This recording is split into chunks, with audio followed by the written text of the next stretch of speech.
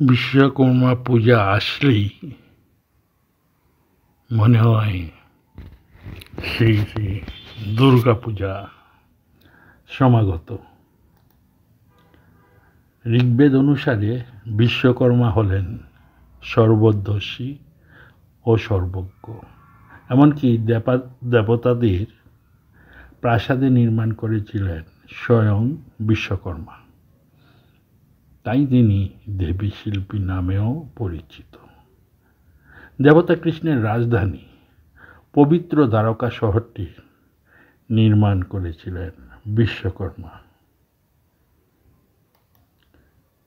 বিশ্বকর্মাকে কেন দেবশিল্পী এবং পৃথিবীর প্রথম ইঞ্জিনিয়ার বলা হয়?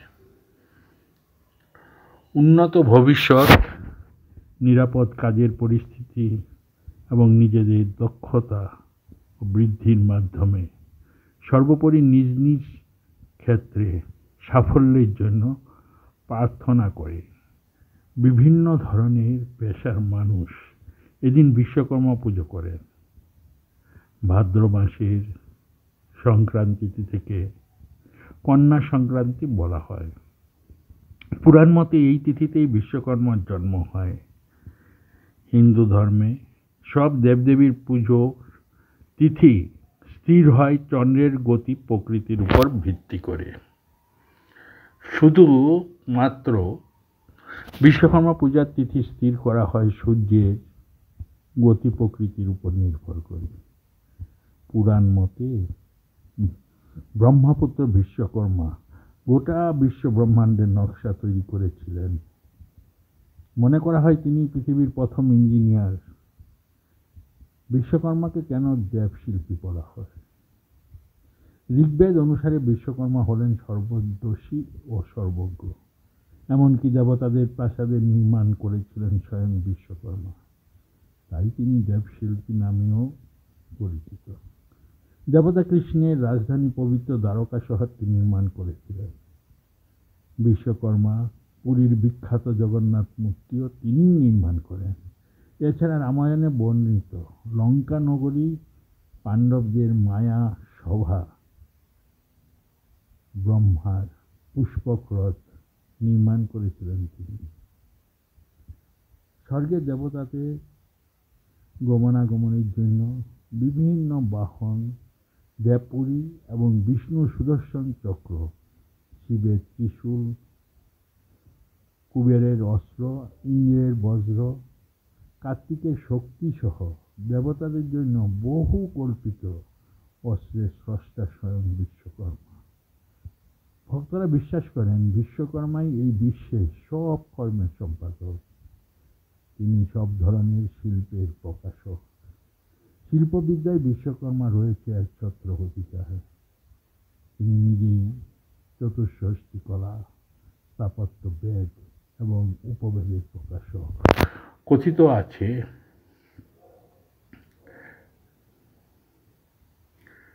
স্বর্গীয় সুতারাও বলা হয়।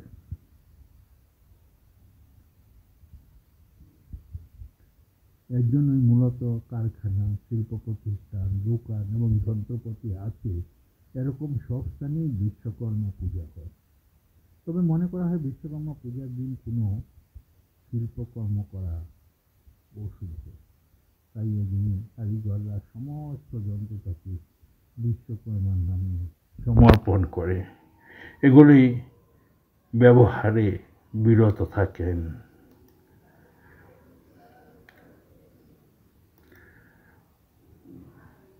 বিশ্বকর্মা পূজা মানেই আকাশে ঘুড়ির মেলা। বিশ্বকর্মা পূজা মানেই আকাশে নানা রঙের ঘুড়ির মেলা। পেটকাঠি, চাবিয়াল, মোমবাতি, বজ্ঞা। কবির সময়ের গান শুনে মনে হয় যেন ভেসে যায়। বিশ্বকর্মা পূজার দিন সকাল থেকেই নানান রকম ঘুড়ির সুবাহ দেখা যায়। বিশ্বকর্মা পূজার দিন সকাল থেকেই শরতের আকাশ দখল করে রং বাহাতি মেলা। এদিন ঘুড়ি ঘোরানো হয়। বিশ্বকর্মা হলেন দেবলোকের কারিগর। সোজা কথায় যাকে বলা যায় দেবতাদের ইঞ্জিনিয়ার। ব্রহ্মার আদেশে বিশ্বকর্মা এই বিশ্বকে নিজ হাতে তৈরি করেন, কৃষ্ণের বাসস্থান দ্বারকা নগরীও গড়ে তোলেন তিনি। পুরাণ অনুসারে আরো অনেক চমকপ্রদ কীর্তি আছে বিশ্বকর্মার। ঋগ্বেদ থেকে জানা যায় বিশ্বকর্মা হলেন স্থাপত্য ও যন্ত্রবিজ্ঞান বিদ্যা ও স্থাপত্য বিদ্যার জনক। এই বিশ্বকর্মা পূজা ঘটা করে আমাদের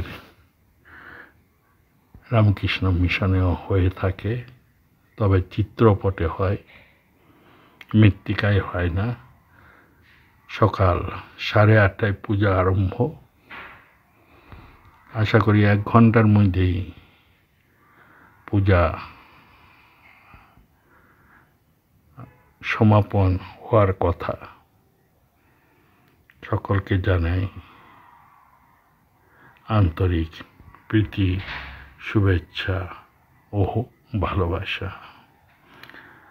তাই আপনাদের সকলকে অনুরোধ করা হচ্ছে, আপনারা আগামী 16ই সেপ্টেম্বর সোমবার সকাল 8:30টায় আমাদের রামকৃষ্ণ মিশন শিলং আশ্রমে দুর্গা মণ্ডপে এই পূজা হবে। বিশ্বকর্মা পূজা উপলক্ষে সকলকে জানাই আন্তরিক প্রীতি, শুভেচ্ছা ও ভালোবাসা। এছাড়া আপনারা জানেন বিশ্বকর্মা পরেই মা স্বর্গে আসার প্রস্তুত শুরু করে দেন।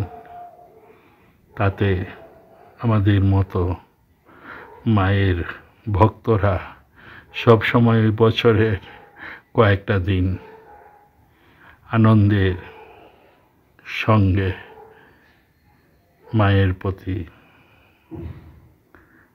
আহ্বান করে থাকেন যাতে জগৎ সুস্থ থাকে। তাই মাকে মহালয়ার মাধ্যমে মাকে আসতে অনুরোধ করা হয়।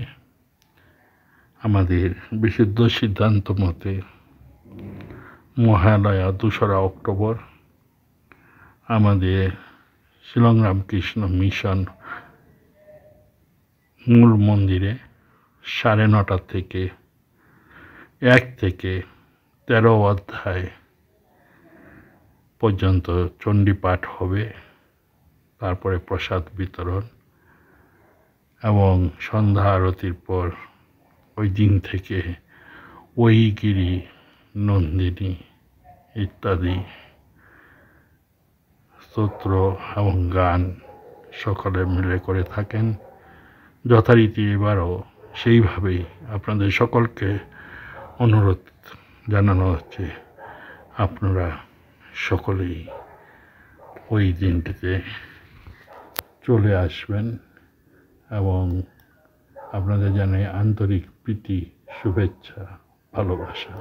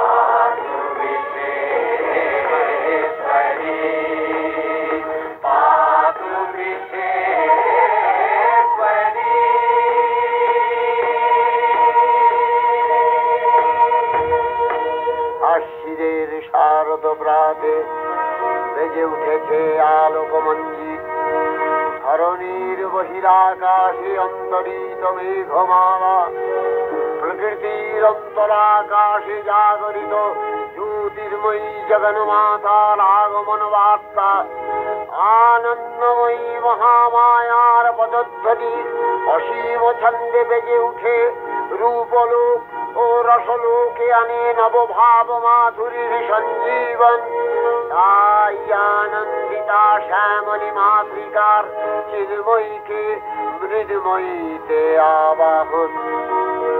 আজ চিৎশক্তি রূপিণী বিশ্বজননীর শারদশ্রী বিমণ্ডিতা প্রতিমা মন্দিরে মন্দিরে ধ্যান বোধিতা।